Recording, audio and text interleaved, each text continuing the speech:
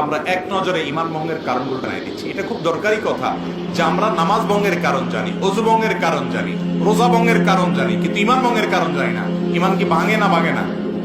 অজু ভাঙলে, নামাজ ভাঙলে সেটা বড় বিষয় না, ইমান ভাঙলে সেটা বড় বিষয়? ইমান ভাঙলে সেটা বড় বিষয়। ইমান কিসে ভাঙে আপনি যদি না জানেন তাহলে জোড়া লাগাবেন কেমনি? ভাঙলে আবার সেটা আবার নবায়ন করবেন, রিপেয়ার করবেন কিভাবে? রিপেয়ার যদি না করতে পারেন, আপনার বয়স ৮০-৯০ চলে গেছে, ইমান কতবার ভেঙে বসে আছে আপনি জানেনও না, জোড়া লাগান নাই, তাহলে তো আপনি বেঈমান হয়ে দুনিয়া থেকে যাচ্ছেন। ডেঞ্জারাস না বিষয়টা? এই যে ইমান ভঙ্গের কারণগুলো সম্পর্কে জানা দরকার আছে না নাই? আমি এক নজরে সংক্ষেপে বলে দিচ্ছি। ইমান ভঙ্গের কারণগুলোকে ওলামায়ে কেরাম নানাভাবে ব্যাখ্যা করেছেন। মৌলিক কারণ খুবই কম। এর ভিতরে প্রসিদ্ধ একটা ব্যাখ্যা হলো যে ইমান ভঙ্গের 10টি কারণ আছে। এই 10টি কারণের ভিতরে সর্বপ্রথম কারণ হলো শিরকে আকবর করা, আল্লাহর সঙ্গে কাউকে শরীক সাব্যস্ত করা। আল্লাহকে যেভাবে ইবাদত করছেন একই ইবাদত কোন পিসাবরে, কোন কবরকে করলেন। আপনি আল্লাহকে যেভাবে উপাসনা করতেছেন সেই উপাসনাটা যদি কোনো মানুষকে করেন, আল্লাহকে যে ইবাদত নিবেদন করতেছেন সেই ইবাদত একইভাবে অন্য কোনো মানুষ বা ব্যক্তিকে বা কোনো বস্তুকে করেন, যেভাবে মুশরিকরা কোন মূর্তির সামনে ইবাদত করে সে যেরকম শিরকে লিপ্ত হয়, মুশরিক হয়ে যায়, মুসলমানের সন্তান ঈমান আনার পর যদি শিরকে আকবর করে তাহলে সেক্ষেত্রে সে কি হয়? মুশরিক হয়। এই বড় শিরক, এটা ঈমান ভঙ্গের কারণ। বড় শিরক কিভাবে হয়, বিস্তারিত হয়, এগুলো আমরা জানবো ইনশাআল্লাহ বিইذনিল্লাহ অন্য কোনো আলোচনায়। দ্বিতীয়ত, আল্লাহর সাথে বান্দার যদি কোনো মিডিয়া সাব্যস্ত করেন, কিরকম মিডিয়া? যে এর ছাড়া আল্লাহরে পাওয়া যাবে না।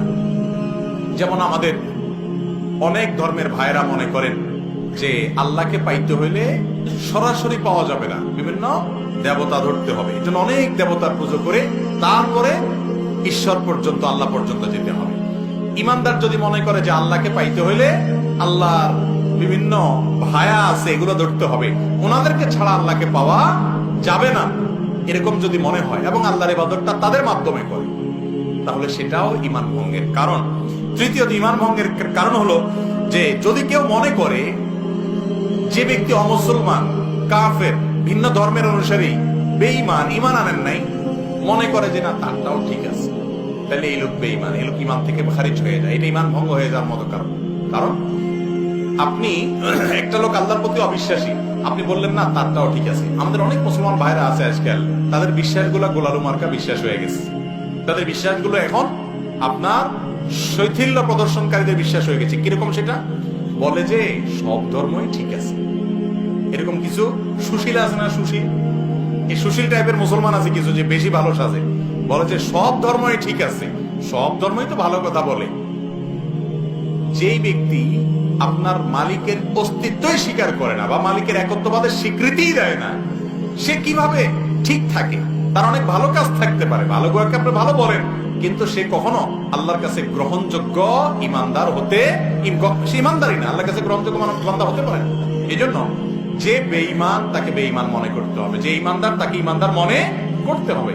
তার সাথে আপনাকে মারামারি করতে কেউ বলে নেই, তারটা সে করুক, বাধাও দিতে পারে নাই, তারটা সে করুক, কিন্তু আপনার মনে রাখতে হবে এটা ইসলাম, এটা কুফর, এটা ঈমান, এটা বেঈমান, স্পষ্ট থাকতে হবে। আপনি যদি গোলালের মতো সব পাকায় ফেলান, এটা কিন্তু ঈমান ভঙ্গের কারণ হতে পারে। 4 নম্বর হলো, যদি কেউ মনে করে নবী করিম সাল্লাল্লাহু আলাইহি ওয়াসাল্লামের আদর্শের বাইরে অন্য কোনো আদর্শ আরো উত্তম আছে, বেটার আছে, এটা ঈমান ভঙ্গের কারণ হতে পারে। 5 নম্বর হলো, যদি কেউ নবী করিম সাল্লাল্লাহু আলাইহি ওয়াসাল্লাম যত বিধিবিধান নিয়ে আসছেন এর কোনোটাকে অস্বীকার করে, অপছন্দ করে, ঘৃণা করে, না এটা আমার ভালো লাগে না, ইসলামের সব ভালো লাগে, এই যে মেয়েদেরকে আল্লাহ তাআলা ছেলেদের অর্ধেক দিতে বলেছে এটা আমার ভালো লাগে না, আছে না কিছু সুশীল এরকম বলে। আরে ভাই, তোমার ভালো লাগাতে না লাগাতে কি আসছে? তুমি কি বুঝবে আল্লাহ কেন অর্ধেক দিয়েছেন? মেয়েরে আল্লাহ খরচের কোনো আইটেম দেয় নাই, আবার অর্ধেক দিয়েছেন কোত্থেকে? বাপের সম্পদ থেকে, মায়ের সম্পদ থেকে, আবার স্বামীর সম্পদ থেকেও ভাগ পাবে, সন্তান থেকেও ভাগ পাবে, মহর তো পাবেই। খরচ কিন্তু 1 টাকাও নেই। আর ছেলের খরচ সব জায়গায় আছে, শ্বশুর বাড়িতে গেলে মিষ্টি পোলটাটাও তার নিতে হয়, বাবার বাড়িতে গেলে ফলের প্যাকেটটাও তার কিনতে হয়, বউয়ের খানার টাকাও দিতে হয়, নিজেরটা তো দেওয়া লাগেই। তারপরে বলা হয়েছে তার 2 টাকা। আর মেয়েরে বলছে তুমি কাউকে খাওয়াইতে হবে না, মিষ্টি কোনোটার বিল তোমার দিতে হবে না, তোমার নিজেরটাও তোমার খরচ করা লাগবে না, স্বামী দিবে, তুমি শুধু তাকায় থাকবা আর অর্ডার দিবা বসে বসে। এরপর তোমাকে 1 টাকা দিলাম। বেশি দেওয়া হয়েছে না কম দেওয়া হয়েছে?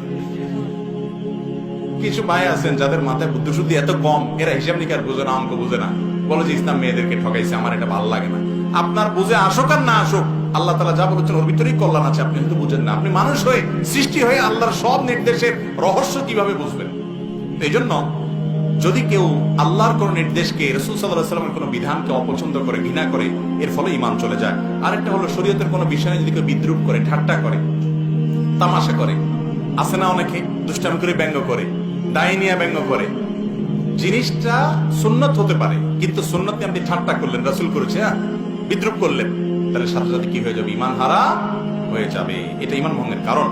ঈমান ভঙ্গের আরেকটা কারণ হলো ইসলামের শত্রু যারা, তাদেরকে যারা প্রত্যক্ষ মদদ দেয়, সহযোগিতা করে ইসলামের শত্রুতা করার জন্য, এরা মুনাফিক, এর ফলে ঈমান ভঙ্গ হয়।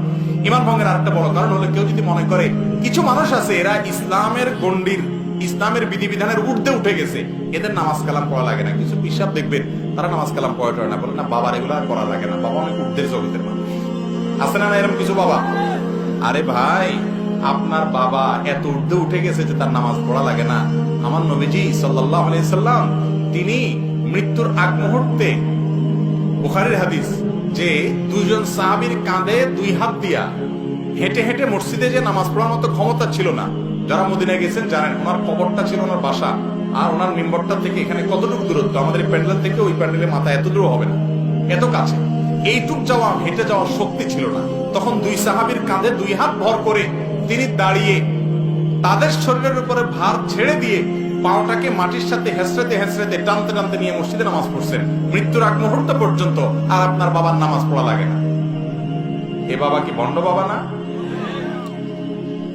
আল্লাহ কোরআনে বলছেন, ওয়াবুদ রাব্বাকা হাত্তা ইয়াতিয়াকাল ইয়াকিন, তোমরা আল্লাহর ইবাদত করো ইয়াকিন আসার আগ পর্যন্ত। বলে যে আমাদের বাবার ইয়াকিন এসে গেছে, আর লাগে না।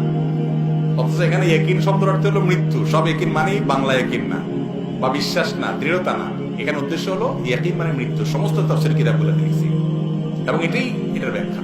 যাই হোক, তো যদি কোনো ব্যক্তি মনে করে যে তার ইবাদতবন্দি করা লাগে না, সে আফার লেভেল উঠে গেছে, এটাও ঈমান ভঙ্গের কি হতে পারে? কারণ হতে পারে। ঈমান ভঙ্গের আরেকটা কারণ হলো জাদু। জাদুকে যদি কেউ হালাল মনে করে, জাদুতে লিপ্ত হয়, জাদু বলতে ব্ল্যাক ম্যাজিক যেটাকে বলা হয়, কুফরি কালাম, এর মাধ্যমে মানুষের ক্ষতি করা হয়, আছে না নাই অনেকগুলো, এটাও ঈমান ভঙ্গের কারণ। এবং ঈমান ভঙ্গের আরেকটা কারণ হলো দ্বীনের ব্যাপারে একেবারে আপনার বেখেয়াল, একেবারে বেখবর। কিরকম বেখবর? ধরেন আপনার কখনো সে নামাজ পড়ে না, কখনো দিনের কোনো বিষয় নেই, নাম কাজতে শুধু মুসলমান, আর ইসলামের কোনো কিচ্ছুতে তার মধ্যে নাই, তাহলে এই ব্যক্তিকে মুসলমান বলার কারণ থাকতে পারে না, কারণ ইসলামের কোনো কিছুই তার মধ্যে দেখা যায় না। আল্লাহ তাআলা আমাদেরকে ঈমান ভঙ্গের কারণগুলো থেকে হেফাজত থাকার তৌফিক দান করুন।